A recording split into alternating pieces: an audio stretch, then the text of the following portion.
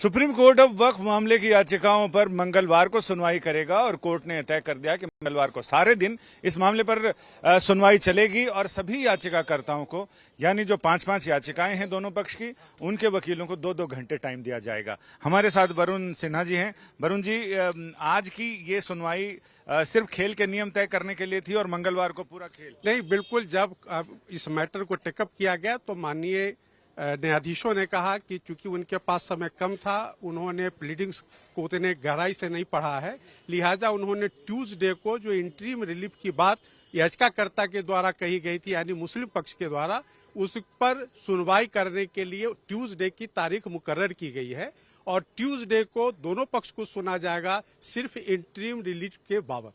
तो इसमें 1995 के एक्ट के कुछ प्रावधानों को चुनौती दी गई थी, उस पर भी बात हुई। हाँ, बिल्कुल। हरिशंकर जैन की तरफ से जो एक एडवोकेट हैं, उनके तरफ से 1995 वक्फ एक्ट के प्रोविजंस को चुनौती दी गई थी, जिसमें उन्होंने खासकर जो वक्फ ट्राइब्यूनल है उसको उन्होंने बिल्कुल अनकॉन्स्टिट्यूशनल माना है।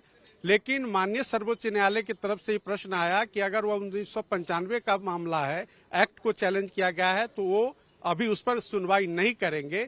उनका कहना था, जो माननीय न्यायालय का कहना था, कि सिर्फ जो वक्फ अमेंडमेंट एक्ट 2025 है उसी पर सुनवाई करेंगे और उससे रिलेटेड जो इंटरिम रिलीफ का मामला है सिर्फ उसी पे सुनवाई आगे को सभी पक्षकारों को 2-2 घंटे का समय दिया है। बिल्कुल, दोनों पक्षकारों को 2-2 घंटे का समय दिया गया है और माननीय अदालत ने यह भी क्लेरिफाई किया है कि याचिकाकर्ता अपने 2 घंटे में जितने उनका इंटरनल अरेंजमेंट करना होगा कि जितने सीनियर्स को वो बुलवाना चाहते हैं वो बुलवा सकते हैं, लेकिन 2 घंटे से ज्यादा की अवधि उनको नहीं दी जाएगी।